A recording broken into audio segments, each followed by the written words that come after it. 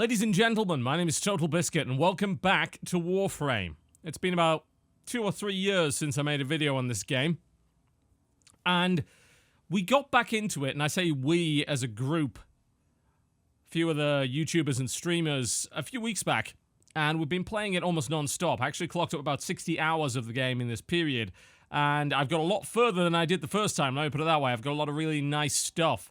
So you can probably see on the screen right here, Loki Prime staring you down, one of the, arguably the best frames in the game.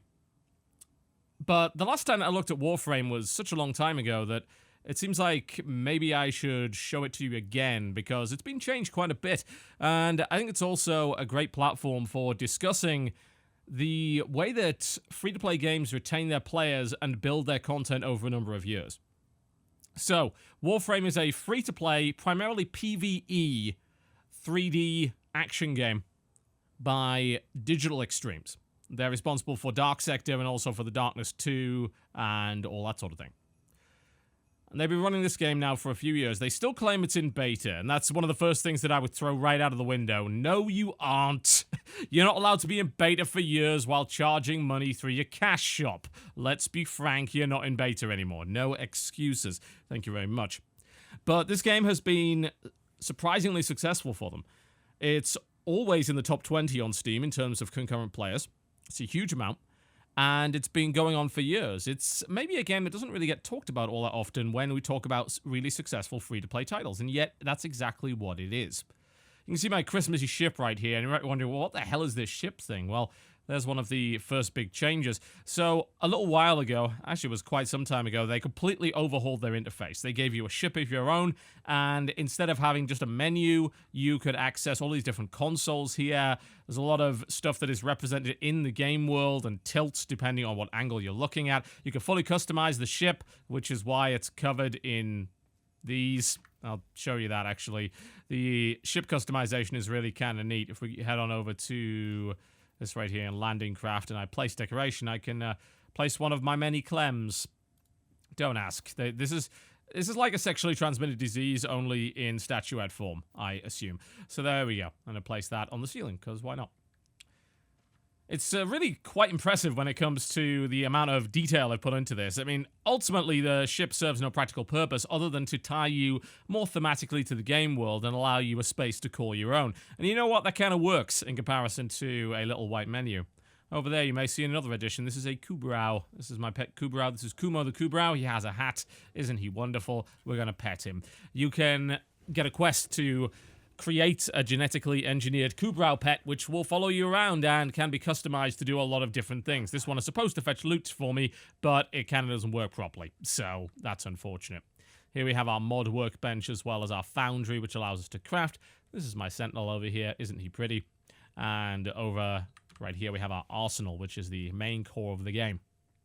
You might ask, what is the point of Warframe?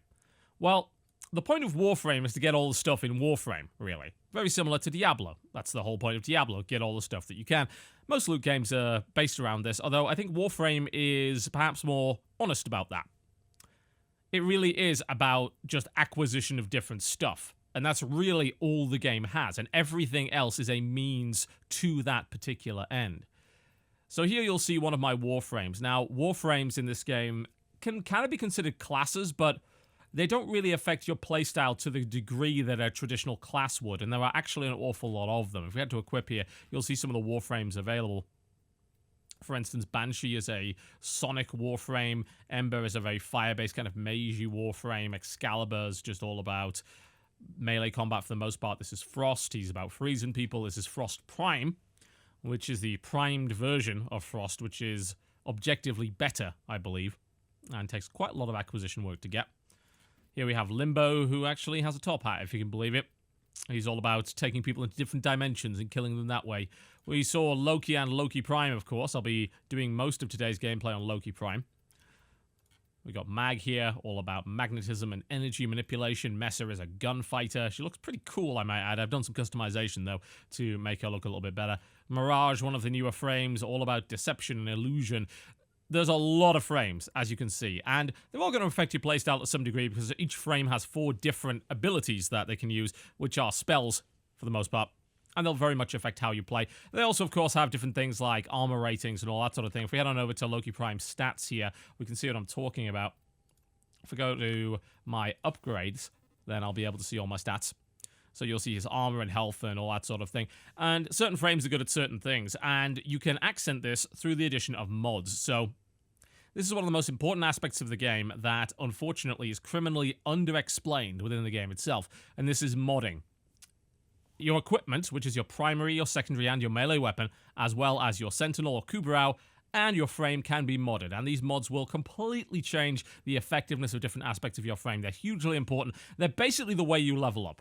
The game doesn't really have a traditional leveling system per se. It has a ranking system, and each piece of equipment can rank up to 30. Every time you rank a piece of equipment up, it gets slightly better, and it also allows you to install more mods, and that's where the true power of the equipment comes from. Here's a great demonstration of that. So if I remove my mod called Vigor here, and you'll see my shield goes down quite significantly. If I remove Vitality, oh, suddenly my health is cut in half. So the addition of these mods are incredibly important to allow you to power up your frame. Crazy important. Now I've completely forgotten what I was wearing in the first place. Never mind, I'm sure I'll find it eventually. There are huge amounts of different mods, and they can all be upgraded as well. You see the little pips down the bottom, they indicate a rank. You combine mods together, and they create more powerful versions of that mod. Some of them take an awful lot of work to put together, and you don't necessarily have to combine the same mod. You can combine different mods, you can combine so-called fusion cores, the sole purpose of which is to help you level up your mods. And these are going to change the power of everything that you have. You can also slot in mods which have a polarity indicator on them into polarity slots, which will decrease the cost if you match them up. So that allows you to come up with all sorts of different things.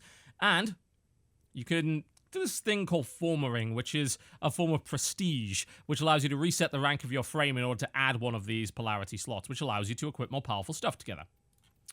That's pretty much the goal of the game. Make the most powerful frame and weapon combination you can. In this case, I have Loki Prime, who is a stealth-based frame for the most part. And I have Tonkor, which is a very powerful crit-based grenade launcher. And I've worked very, very hard on getting this up. This actually has 5 former attached to it, which means I've prestiged it basically 5 times, which actually doesn't take very long. Leveling up anything to 30 is very quick in this game, if you do it right. And I've added some really powerful mods as a result. I can fit all this stuff on it. And this thing hits like a truck as a result. It's got all sorts of different things. I've got combined elemental damage. I've got blast damage and viral damage, which are different combined elements, which will have different effects. I have a huge damage buff, a huge critical strike chance buff. You can see how powerful it is. We see how powerful it is when I blow some stuff up with it. The twin Grakatas are these big assault rifles that are basically just bullet hoses.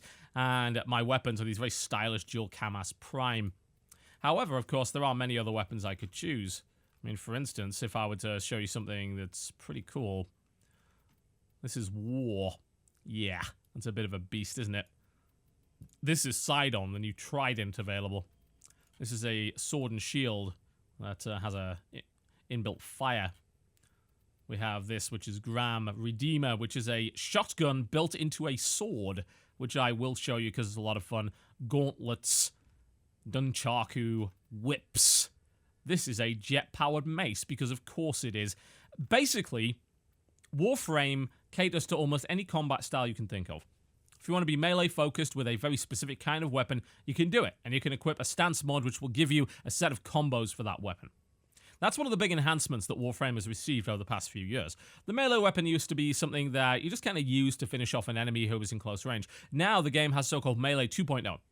Which is more of a spectacle fighter style.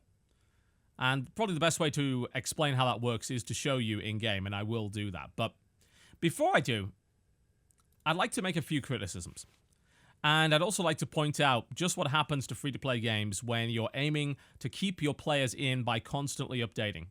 Warframe is a great example of a castle built on the ruins of another castle, built on the ruins of another castle, built on the ruins of another castle, and so on and so on and so forth. It has content built on content built on content, and it's getting a little precarious and a little bit shaky. For instance, they've tried to explain to new players what all of these systems are, and they do a really poor job of it. For instance, the game doesn't explain at all the process of merging mods and just how really important that is. You know, all of this merging of mods that's going on right here. Let's say I wanted to upgrade regen. Okay, I want to select a regen, start fusing it to selected mod. So I'll auto-contribute regens to it. There we go. Which will take all the duplicates, and then I can apply the fusion. That's nice and easy. But the game never tells you how to do this, yeah? It's got a very basic written tutorial right here. But that's not a great piece of player experience. As far as I'm concerned, what the game should do in its first couple of missions is introduce you to mods, and then have you merge some to show you just how powerful the merging process is. Having text tutorials is a band-aid. It's a plaster, as far as I'm concerned, and it doesn't do the game justice. And not to mention, of course, there are other elements of the game that have been added which are also not particularly well explained, such as the syndicate system right here. It's like, this is a reputation system. And what happens is, you rep up with one faction and it makes you an enemy of another. And the enemy faction can actually invade you in the middle of a mission and make it a little bit more difficult, which I found to be rather cool. Not really all that well explained. This stuff right here, the Conclave stuff, barely explained. The PvP, not very well fleshed out at all, even after a couple of years. What all of this stuff is, you know, you want to be blinded by stuff? Look at this! Look at this thing! Like, what is all of this? I mean, it gets worse, you know? If you head on over to Mars, why is this blue? Why is this red? I just don't know. I mean, and there's red and then a slightly other red over here. Not to mention that the game, again, does a poor job of explaining which missions you've done and which ones you haven't done. It's overwhelming for the new player. It really is. And I'm going to explain to you what all of these things are, just to hopefully give you a little bit of a head start. But frankly, I shouldn't have to be the one explaining it. Absolutely not. This should be the sort of thing that the game explains. And really, they need to improve that new player experience if they want to get people in. So what you have here is a solar system, obviously. And you can also unlock different planets that aren't on the screen yet. These planets all contain missions. If we head on over to Saturn here, you'll see a bunch of missions available. And there are different types. Deception, survival, interception, sabotage, exterminate, and so on and so forth. All of these mission types will involve you getting into a semi-procedurally generated level, which is usually just parts kind of glued together in a random way, and achieving an objective and then extracting. And at the end of that, you'll get a reward.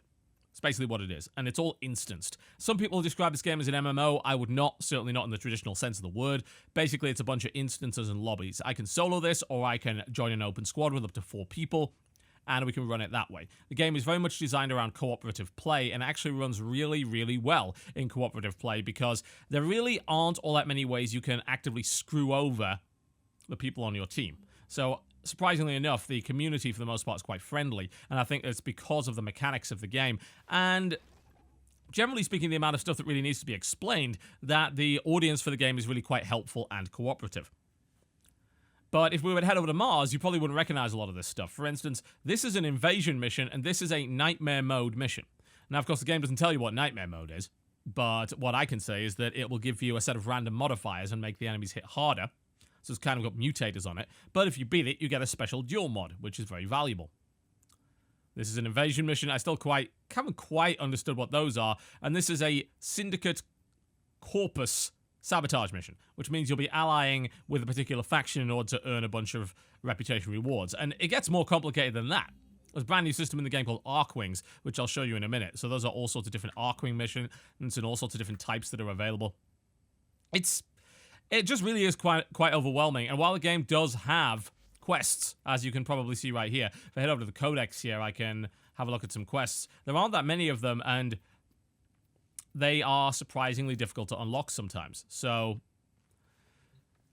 maybe the game could do a better job of just adding more story-based content, adding more questing content. One of the biggest recent updates they put in was called Second Dream, which is a huge narrative quest line that unlocks new systems in the game. And I think, as a result, they're kind of going in the right direction. But they could really do with improving that new player experience. Alright, I've spent quite enough time sort of walking around here, so let's get into some combat. I'm going to jump in to one of the harder missions, which is called a tower, which requires a special key to activate. And we're going to do a tower mission with a couple of friends while I talk a little bit about the combat system, the improvements that have been made, and of course show you the gameplay of Warframe if you have never seen it before. There's a lot to show you here since the advancement a couple of years ago, and then I could talk a little bit about the whole point of the game and the concept of a grind. Because really, Warframe is a giant grind.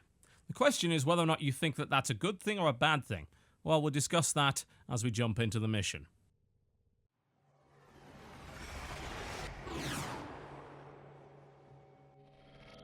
What's a tower mission, you might ask? Well, it's a specific kind of mission that you unlock with a key, which you can either craft or get in a drop, which generally has drops for so-called prime components. Prime components are bits of really good gear, for the most part. I'm in here with two of my streaming friends, and we are going to destroy this particular place with this giant grenade launcher I like to call Encore. Alternatively, I'm going to fall down and die because I didn't go into stealth mode, which was pretty damn stupid of me. Tier 4 Exterminate, incidentally, has some fairly brutal enemies. I should probably stay invisible. That's kind of the point of this frame. Anyway, the purpose of this mission is to eliminate a certain number of enemies, and at the end of it, we will get rewards. We need to be avoiding various traps to do so, and hopefully not dying horribly. At least that is the general idea. You don't see my Warframe right now because I am in stealth. And I am doing concussion jumps with a large grenade launcher as numbers fly everywhere. It is just the way that things go. We'll get out our twin Grax here, which I can stylishly fire as I jump and do a little bit of crazy action here. I'll have a bit of bullet time. There we go. I mean, it's not really bullet time per se, but it allows you to defy gravity and float over the heads of your opponent while raining down fire from the sky. If you haven't seen Warframe before, you might be saying, whoa, this game goes over the top with the cool factor, doesn't it? Yeah, it really, really does. If I uncloak, I'll show you exactly what we mean by that. My Sentinel is bleeding out somewhere. I'm not exactly sure where, but never mind. Let's get out this. This is called the Redeemer. This is a shotgun and a sword, because of course it is. Yes. I think that little sequence there is basically the essence of what Warframe is all about. Pure rule of cool nonsense. Now, what you're seeing here is the Melee System 2.0. Now, originally the game had melee, and it was mostly just like basic attacks. You just sort of slash away and things would die. Now it has a full combat system. And that combat system is quite good. You'll get a number of different combos for each weapon. You also can get different stances for weapons, which will change the moves that they can do. So if you like a particular sword, but you want a different style of sword play, it turns out you can do that as well, which is pretty awesome. The system is well fleshed out and can be combined with things like slides and, of course, the so-called Movement 2.0 system, which you're sort of seeing in action here. Now, originally Warframe had a kind of neat parkour system. Now it has a neater parkour system, let's just put it that way. I'm going to switch to guns here since I'm fairly low on HP. There we go. They have enhanced the movement system significantly. It was already pretty good, but they've added some really nice stuff in, including the so-called bullet jump. You saw the kind of bullet time thing earlier, but if I do this, you'll notice that I do a corkscrew through the air, which gives me a lot of momentum and also a lot of height. Now, if you really get going, this will allow you to get up some pretty ridiculous speed when combined with sliding, which will also allow you to quite literally avoid fire coming in your general direction, as well as combo it with devastating melee moves, as you can see right here. I'm sorry, it's a shotgun and a sword. I don't need to really say too much more about that. Combining these together gives you some amazing little tricks that you can pull off. Absolutely fantastic. And that is really where the true strength of the game lies, in an incredibly strong combat system against hordes of stylized and sometimes dangerous enemies. For me, Warframe has become my Dynasty Warriors. I understand now why people enjoy Dynasty Warriors, because I enjoy Warframe for exactly the same reasons. Over-exaggerated rule of cool violence. And this game does it so well. I mean, it's hard to even say that this game is free to play, because I think with free to play you have a certain exception. It's like it won't look as good as a real AAA game. Well, this game looks great, and it runs well too. Excellent particle effects, fantastic aesthetic, very unique sci-fi aesthetic actually. You've got some crazy weapons, a very interesting organic style of over-design, in my opinion. You can see the quality of the animations there. They've even put in some really awesome little kung fu dances and moves that you can do. A lot of work has been put into allowing you to look as good as possible. Indeed, one of the jokes within the community is that the end game is called Fashion Frame. It's all about looking as stylish as possible. I mean, they have cloak slots and all sorts of customization that I'll show you a little bit later. Got to approve of it, honestly, because I love customizing my frame and making it look as awesome as possible. And thankfully the game does support that. It's one thing to kill a bunch of dudes. It's another thing entirely to look amazing while doing it. And Warframe is really all about that. And if that's the sort of thing that you can tolerate, more indeed if that's the sort of thing that you enjoy, then Warframe is something you should probably check out. However, some people are going to point out the ever-present idea of the grind. The grind. This game is a giant grind by some definitions of the word grind. And honestly, I think we actually have to look at the real definition of grind at this point, because it's almost as if grind has become applicable to everything now that everything seems to have progression in it in some way. It's a very strange situation indeed that we find ourselves in, that any game with any sort of progression is described as a grind. If the entire point of the game is to acquire loot, then is the entire game a grind, or is in fact none of the game a grind? Is it possible to further distinguish grind from regular gameplay? Because what you're seeing here is the so-called core gameplay loop. This is what you will be doing for the majority of your time in the game. We killed some stuff. We got some drops, not many. We got some parts. Here's a bolt or prime barrel, which is nice because I've been looking for that. Some bits that I can use in crafting. I got some ranks on some of my weapons here. And we are now returning to the main menu, and we will rinse and repeat. This is my customizable ship. You can fly it in the loading screen, because of course you can. You might be getting some Destiny vibes from this. Yeah, this is Destiny, but it doesn't cost money, which is kind of neat in many ways. What exactly is the grind when you're describing Warframe? Well, I think one of the most important things to point out in this game is that there is a difference between you as a free-to-play player that doesn't pay any money and those that are willing to spend platinum. Platinum can acquire you the vast majority of things in this game without really having to do anything for them. Let's say I want to buy a weapon. I have a lot of platinum because I referred a lot of people from my stream. So I have more platinum than God. And as a result, this is not representative of your average player. But let's say I really, really want a weapon. Let's say that weapon was the Jat Kitag, a jet-powered mace, because of course it is. Look at this thing. Why would you not want it? Well, I can just buy it for platinum right now, and I can use it immediately. Alternatively, if I'm a free-to-play player, I will have to find the blueprints and the parts to build this weapon. Now, you can buy the blueprint here in the marketplace for credits, which is the in-game currency. So if I go for melee blueprints, I look for Jat Kitag, and what I will find is that it's not there, because the acquisition of Jat Kitag requires you to be in a clan which can produce blueprints as a resource. So they tend to hide some of the weapons behind different little walls here and there. Some of them require a clan. Some of them require drops from different places. And of course, all of the prime weapons can be assembled, and they can also be sold for platinum via the trade channel, because they are tradable. Now, here's the thing. The acquisition of these items is basically the point of the game.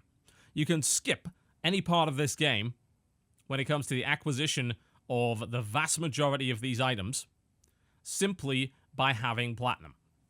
Either you can buy platinum for real money, or you can trade items in-game via the trading channel and sell them for platinum, which is the main currency that everything is traded in. So basically, it's an economy where money goes in and nothing goes out. So those that buy platinum, it stays in the game forever. Really, if you are only using it in the trading channel. If you're using it here in the marketplace, then that platinum disappears. But otherwise, the platinum is getting traded around, and then eventually maybe it will be sunk into the marketplace and disappear forever. Now, these weapons, cost-wise, they vary. You know, some of them are a couple of dollars each, some of them are a little bit more. There is stuff that's very, very cheap. You can buy components here.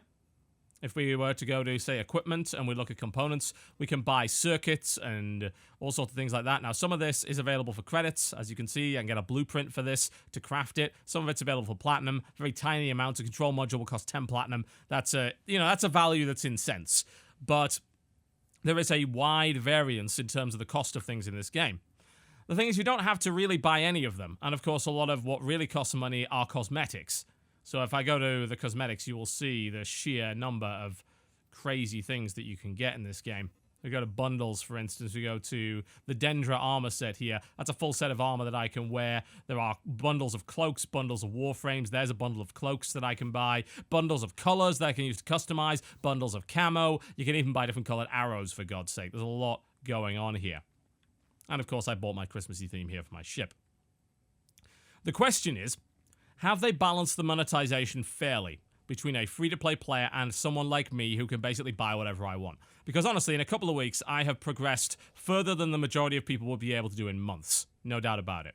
You know, the acquisition of the Loki Prime frame, I mean, I have the Frost Prime frame, for God's sake, which is actually a very high-value frame indeed. I have some high-value mods. I have some highly leveled mods because I was able to buy them. This is Trinity Prime. She is my fully kind of leveled up support healer class. I love playing her. This is my Volt Prime. You know, these are all very fancy frames that take quite a lot of work to acquire, but you can acquire them.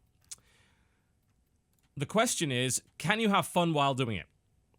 Because to me, what really defines an unpleasant grind is whether or not the experience in acquiring the item is suboptimal and not enjoyable. Now, I think Warframe actually gets past this really well, because honestly, all of these frames, even the starter frames, are fun in their own way. All of the weapons are unique and different. Yeah, of course, there's a weapon tier list when it comes to effectiveness, but outside of the Mach 1 starter weapons, which are absolute rubbish and you should get rid of pretty much immediately if you have one, almost every weapon in this game can be very effective, simply due to the amount of mods that you put on it. This is a very, very good weapon, but I can very easily switch it out for something else. I have a bunch of other stuff. I could equip this, or this, or this. And they all play completely differently, and they all feel different, and you're going to adapt a very unique combat style. Don't use this. This is awful. Everything else pretty good. This is a bow. This is a completely different combat style. I'll probably adopt a very stealth-based build with this. I'll be focusing on headshots and charged shots instead of spraying out ammunition like I would be with the Boltor, which impales people to walls. Here's the thing. Because they have provided so much variety in terms of weapons and equipment, I think that they are able to successfully obfuscate the grind of this game. The problem comes when you set your sights on a very specific item and you realize that it's going to be very hard to get. And this is something that happened for Jenna, my wife. She was playing a bit of it, and she wanted something very specific, and she wanted to play the game without paying money. Obviously, she could. I could have given her platinum, but she wanted to experience it without paying money. And she actually quit in frustration because she wanted this very specific thing, and she realized in order to actually acquire it legitimately, she would have to do a metric ton of content. For instance, she would have had to unlock a planet, which would have taken her many hours to get to in order to get the drops, because they only drop in specific places, and acquire the blueprints, and then put them together. If you want to build things via blueprints, you have to go here, which is a foundry, and let's say I wanted to build, let's just make an example. I want to build a decaying dragon key. This only takes 1 minute, but parts for weapons, let's say I wanted to build the heat sword, that would take 12 hours, but some of the weapons could take up to 3 days to craft, and some of them require parts. If I want to build the full Loki Prime Warframe, I need the helmet as part of it, which is 12 hours build time, and all that sort of thing. So there are delays when it comes to this game. Not only that, but there's the so-called mastery system as well. I'm currently mastery rank 6, and there is some content locked behind certain mastery levels that requires you to level up items in order to get. Now, the problem is, of course, if you're a free-to-play player and you don't have enough frames and spare weapons to level up, your progress could grind to a halt. So the game does put barriers and walls in the way of you. To me, though, I think the frustration is only going to land on you if you set your sights on one thing very specific that is kind of out of your reach. I think the cool thing about Warframe is trying out new things based on what you got.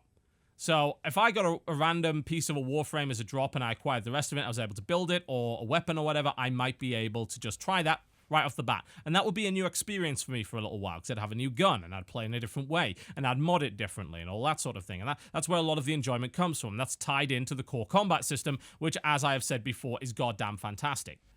I'm going to switch my frame here and go into another mission and show you a little bit of the Arcwing system.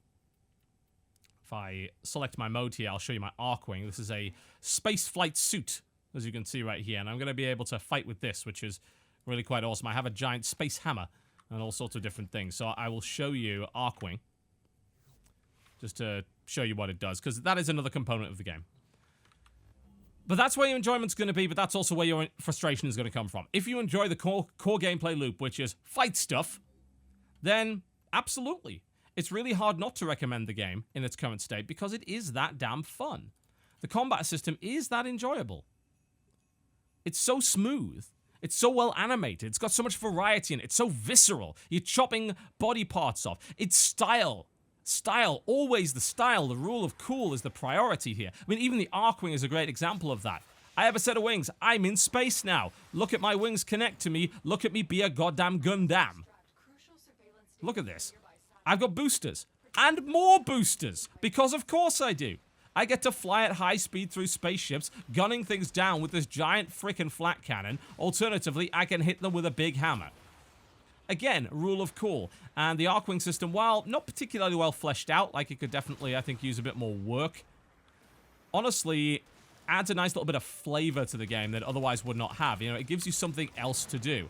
And I have a giant space hammer, and that is awesome, and will never stop being awesome. So if you enjoy that combat, to me, the acquisition of loot is more of a... It is the goal, but the process of acquiring it is the fun bit, you know? Once you get the loot, that's great, but you're gonna have fun getting it, at least I hope you are. There is, of course, going to be frustration when it comes to drop rates. You're on the same place 30 times, you want this item, you're really annoyed that you can't get it. Of course you're going to be annoyed by that. That's something that happens in loot-based games quite a bit. I think the problem that Warframe has compared to something like Diablo is that the immediate satisfaction of getting loot isn't there. You generally get parts, which can be made into loot. The only real exception to that are mods, which can be used immediately once you've got out of a mission.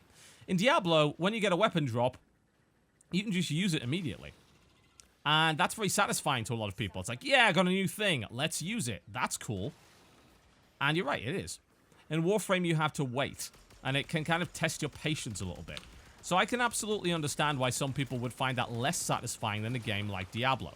Personally, I don't really care that much, and honestly, I like the break between the sessions. I'm not focusing on loot when I'm in combat in this game, because I can't equip any of it while I'm in the fight. So this is pure combat, and then I get the rest session on my ship where I got to customize, upgrade my gear. Before I go into the next mission, I get this palpable sense of progression as a result of the separation of those two things. So while some people might argue that that is a weakness and not as satisfying, I will argue that for some people it could also be a strength. But I'm not going to lie to you. If you want a very specific piece of gear, it's going to take you a while to get there.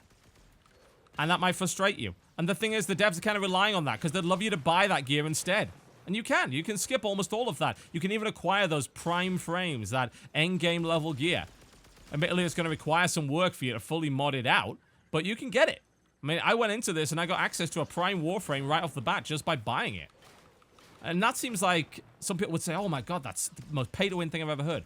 Yeah, but it's a co-op game. Like, it benefits everybody in my group that I have a good frame. Me playing Trinity, I mean, god, I'm worshipped in groups.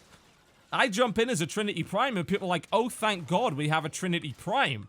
We have much more survivability. That's the wonderful thing about the cooperative nature of this game. Yes, there's some jealousy, but the fact of the matter is I help them out by even doing this kind of stuff. And the PvP, well, it's not even well implemented to begin with, and it's a completely different system where the whole pay-to-win aspect doesn't really apply as much. I mean, PvP is something that people barely even do in this game. It's just not the priority. So yeah, sure, you can pay to skip a huge amount of content. You can pay to skip months of content if you so desire. But the question always comes down to the same thing. Do you enjoy repeatedly killing mobs in a really cool way? Because that's the difference between something like WoW for me and Warframe. In WoW, what I realized when I quit the game is that I was playing a combat system that I didn't enjoy to acquire loot that I did enjoy. In Warframe, I'm using a combat system that I do enjoy, and the loot is just a little bit of extra fun on top of that. And that's why I really like Warframe. That's why I truly enjoy it. The core combat is just awesome. Even the weakest parts of it, such as the Arcwing, which is, again, not that well fleshed out, I will happily admit that, is still fun to use thanks to great quality animations, amazing explosions, just top-notch production, AAA production value, and such attention to detail put in there. And when it comes to player retention, once you've got past just the fact that you need to, frankly, read a wiki in order to fully understand this game, there's a lot to do. I mean, really, yeah, of course, it all boils down to the same thing. Get stuff. But that's most games. Now, that is most free-to-play games. It has some narrative, but if you're in here for the story, well, why are you playing a free-to-play game for the story? It's never been about that. It's about keeping you playing for months and months and months on end. And how do you do that? Gear, of course. What else? What else? I think when it comes to creating a game about getting gear, Warframe is high up on the list of being awesome. Because there's so much of it, and each piece of it feels great and unique and well fleshed out. The fact that I can use almost every melee weapon invented in a sci-fi ninja setting is something that I don't get from other games. And I truly appreciate that aspect of it. I really do. Being a space ninja is awesome. If I was 13 and this game came out, I'd say, this is the greatest game of all time. Holy crap. As it turns out, I'm 31, but I still like it anyway. Someone that watched Power Rangers as a kid, or snuck it in when my parents would allow me. Yes, they didn't want me watching Power Rangers. This seems like the adult evolution of Power Rangers. Like, how cool can we make this look? How awesome can we make this combat? And the answer is very, very awesome. And that's why I keep playing the game. And that's why I find the game to be enjoyable. Because they have refined that combat down to just a fine science. I'm going to jump out of this Arcwing and show you a little bit more of the main combat. Because Arcwing, as I said, is probably one of the weakest components of the game. It's still fun from time to time. It's a nice little break. But I'm gonna show you some stuff. Let me find some of the coolest stuff that I've got here. This is not necessarily going to be high-level stuff, but it shows you, like, the true variety that this game has in terms of combat. Let's equip the Paris, one of my classic weapons, one of my old weapons. Not very well upgraded. It's not a great weapon. I'm going to throw Serration in there, I think. Just going to mod it up a little bit. I put Split Chamber. Actually, I have Serration. Here's a better version. There we go. Let's throw Infected Clip in there for some toxin damage. We're going to fire some viral arrows, because why not? The element system, by the way, is a new addition that I didn't quite explain properly. When you combine multiple elements together, they form a unique element, which has a proc-based effect. So viral is going to poison people. Radiation actually causes them to turn against each other. You can create gas by combining heat and toxin. There is freezing and electricity and magnetism, and they all have these different effects. And it's really cool to be able to customize your weapon to combine those different effects together to stack damage upon damage upon damage. A lot of weapon customization. I was also talking about armor customization. Let me show you a little bit of that. So you can have different helmets, of course. This is actually a very rare old helmet. You can't even get this in the game anymore, but that's an Aura helmet here. This is the basic Trinity helmet, and you can see the different skins that they've made available. Don't really like that one, but probably my color scheme just doesn't suit. You can see there. Very nice. That is, I love the Trinity Prime helmet. People affectionately call her the Lobster, and I would kind of agree with that. You can also get different skins, of course, as you can see here. I love my Trinity Prime skin, so I stick with that. You can even pick different animation sets. I mean, that's a crazy amount of detail. Look at the amount of animations you can get. You can actually take animations from different frames if you like them, which to me is an awesome little feature. I mean, who would have thought of coming up with something like that? Well, people that understand player retention is the answer. People that understand that customization and truly creating that thing which you feel is perfect in your own eyes is a reason that people keep playing these kind of games. Cloaks. My cloak is on fire, because of course it is, but I have all sorts of different cloaks that I can customize here. And of course, they're all sort of affected by physics, and they wave around, which looks really awesome. This one looks like a butterfly, which I think is really great. And the best thing about all of this is I can change all the colors around. I can create my perfect colored Warframe. If I want my cloak to be ice, I have a set of ice. Look at this. The glow on that. It's crazy. And I can just customize to that level.